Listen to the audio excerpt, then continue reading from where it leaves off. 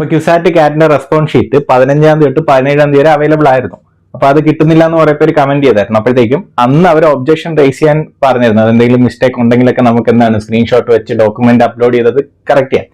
അപ്പൊ അവർ answer key correct ചെയ്തിട്ട് അതിനകത്ത് എന്താണ് കുറച്ച് ക്വസ്റ്റ്യൻസ് ഒക്കെ റിജക്ട് ചെയ്ത് തെറ്റായിട്ടുള്ളൊക്കെ റിജക്ട് ചെയ്തിട്ട് അവർ ഒന്നും കൂടി നിങ്ങളുടെ സൈറ്റിൽ നിങ്ങളുടെ പോർട്ടലിൽ അത് അവൈലബിൾ ആണ്. അപ്പൊ എല്ലാവരും ഒന്ന് കയറി നോക്കുക. നിങ്ങൾ മാർക്ക് കൂട്ടി നോക്കാത്ത നിങ്ങൾ അറ്റ്ലീസ്റ്റ് അതൊന്ന് ഡൗൺലോഡ് ചെയ്തെങ്കിലും ഇട്ട് കഴിഞ്ഞാൽ നിങ്ങൾക്ക് പിന്നീട് ചെക്ക് ചെയ്യാം. അത് പ്രിന്റ് ഓപ്ഷൻ കൊടുത്തു കഴിഞ്ഞാൽ നിങ്ങൾക്ക് സേവ് ചെയ്തെടുക്കാം.